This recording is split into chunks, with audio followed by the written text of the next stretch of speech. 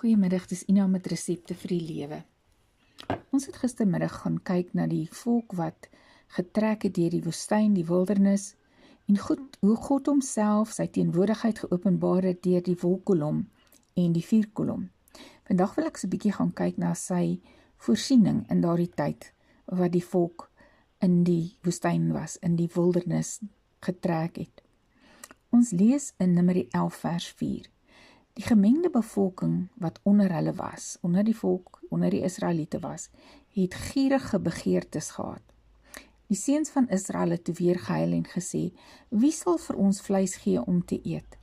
Een van die ander vertalings sê, hierdie gemengde bevolking wat onder hulle was, het 'n onweerstaanbare lus gehad vir vleis. Die Engels noem hierdie gemengde bevolking die rabble. Nou dit praat van al die ouens wat ook in Egipte was en gesien het, dis dalk 'n goeie idee om saam met die Israeliete te trek, want hier is dalk iets waarin hulle kan vashou, sonder dat hulle werklik waar geglo het in die God van Israel, het hulle net besef, hier is 'n goeie ding. Dan lees ons in Numeri 11 vers 18, en aan die volk moet jy nou sê, heilig julle teen môre, dan sal julle vleis eet, want die Here het julle geween, julle gemurmurering gehoor en gesê, wie sal vir ons vleis gee om te eet, want dit was vir ons goed in Egipte. Daarom sal die Here vir julle vleis gee en julle sal eet. En julle sal nie net 1 dag of 2 dae eet nie, of 5 dae of 10 dae of 20 dae nie, 'n hele maand lank, totdat dit uit julle neuse uitkom en julle daarvan waag, omdat julle die Here wat in julle midde is verwerp en voor sy aangesig gehuil en gesê het, wat sal ons tog uit Egipte uitgetrek het? Of waarom het ons tog uit Egipte uitgetrek? En toe kry ons nog 'n interessante storie. Moses sê vir Vader, ek bly onder 600,000 mense. En u het gesê, u gaan aan hulle vleis gee en hulle sal die hele maand lank eet. Sal daar genoeg kleinvee en beeste geslag word, sodat daar vir hulle genoeg sal wees, of sal die visse van die see vir hulle versamel word, sodat daar vir hulle genoeg is? Jy sien, Moses wil die saak in sy eie hand neem, maar die Here sê toe vir Moses, sou die hand van die Here te kort wees. Nou sal jy sien, of my woord vir jou uitkom of nie. En dan vanaf vers 31, toe het die wind wat van die Here afkom uitgevaar, en kwartels van die see af oorgedrywe, en op die laar uitgestrooi, omtrent 'n dagreis hier en omtrent 'n dagreis daar, rondom die laar, en het was omtrent 1 meter bo aan die grond. Toe die volk opgestaan, daar die hele dag en die hele nag en die hele volgende dag, het hulle kwartels versamel. En hy wat die minste gehad het omtrent 10 gomer versamel. 1 gomer is omtrent 300 liter. So dis omtrent 3000 liter wat elkeen gaan versamel het. En hulle het dit oral vir hulle uitgesprei rondom die laar. En dan sê 11 vers 33, en die vleis was nog tussen hulle tande, voordat dit gekou was, toe die toorn van die Here alreeds teen die volk ontvlam het. En die Here het onder die volk 'n baie groot slagting teweeggebring. En daarom het hulle die plek genoem Kibrot Ha-Ta'ava, want daar het hulle die volk begrawe wat so begeerig was. Die plek se naam beteken eintlik die grafte van die gieriges. Ons het hierdie idee dat kwartels en manna was hoe Vader die volk versorg het in al die tyd wat hulle in die woestyn was. Maar manna kry ons op baie plekke in die woord. Maar kwartels word in Eksodus 16 en in Numeri 11 alleenlik genoem. Daar's 1 verwysing daarna in Psalm 105. En dan staan daar net, julle het gevra vir kwartels en God het aan julle kwartels gegee. As ons mooi na hierdie prentjie gaan luister, was kwartels nooit Vader se idee nie. Hy het die gierigheid van die volk geantwoord. En hierdie gierigheid het 'n onwelriekende probleem geword. Kan jy vir jou indink?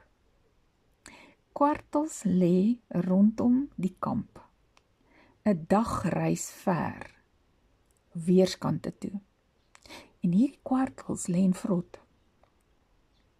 Dit is wat hy vir hulle gegee het. Julle het gevra vir vleis, en nou gaan julle vleis kry om te eet. Ons kyk so maklik na die Israeliete en dan sê ons, maar hoe kon hulle gemurmureer het? God was by hulle, hy het hulle voorsien. My boetie, my sussie, ek en jy murmureer ook, ons noem dit dalk net moan. Die ander probleem is die rebel in ons lewe.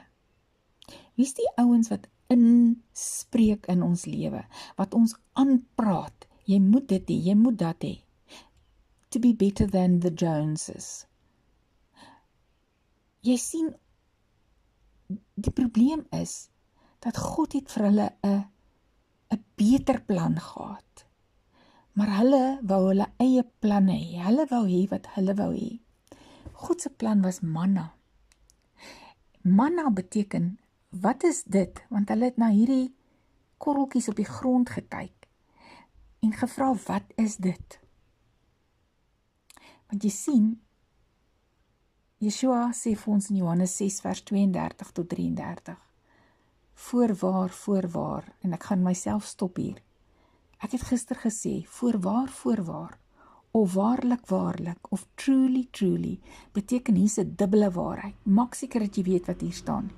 Hy sê vir hulle, truly, voorwaar, ek sê vir julle, dit is nie Moses wat die brood uit die hemel aan julle gegee het nie, maar my Vader gee vir julle die ware brood uit die hemel. Want die brood van God is hy wat uit die hemel neerdal en aan die wêreld die lewe gee. Jy sien, ons Papa God het presies geweet wat sy volk nodig gehad het.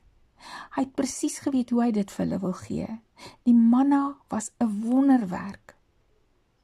Hulle kon daarmee bak, hulle kon dit kook. Dit het wonderlik gesmaak.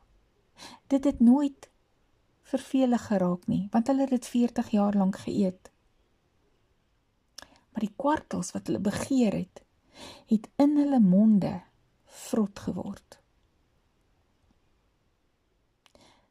Ek en jy begeer baie keer goed, wat nie vir ons goed is nie.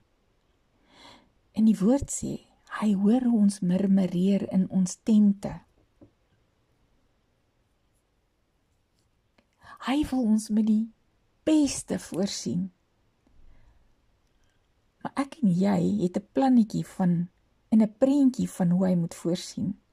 En dan mis ons die goddelike wat hy vir ons wil gee. So vandag se resep vir my sê, vra hom wat jy nodig het. Want as jy die geskiedenis rondom die manna gaan lees, gaan jy sien, daar staan, dat een ou kon vir sy huisgesin van 10 mense 'n sekere hoeveelheid optel, en dit was net mooi genoeg. En die ander ou kon net vir hom en sy vrou optel, en dit was ook net genoeg. Want God se mate waarmee hy meet, is altyd genoeg. Altyd. Ek en jy meet met die mate van die rebel. Because we want more. Laat hom toe om vir jou te gee, dit wat jou seën. En kom ons kyk maar ons murmurerings in die oog. En kom ons kyk maar uit watter oogpunt uit murmureer ons. En dan gaan kyk ons na, waarlik, ek sê vir julle, die brood van God is hy wat uit die hemel neerdal en aan my en jou die lewe gee. Dankie my koning, dat ons van u kan eet en versadig kan word. Wys vir ons asseblief die rebel in ons lewe. Ek dink nou sommer aan die advertensies wat ons so verlei. Maak ons oë oop, dat ons nie sal mis dat daar rebel in ons lewe is nie. Daardie goed wat ons aanpraat en vir ons 'n onweerstaanbare lus gee vir dit wat nie van u afkom nie. En gee vir ons 'n honger vir die ware brood, die brood wat u vir ons gee. Amen.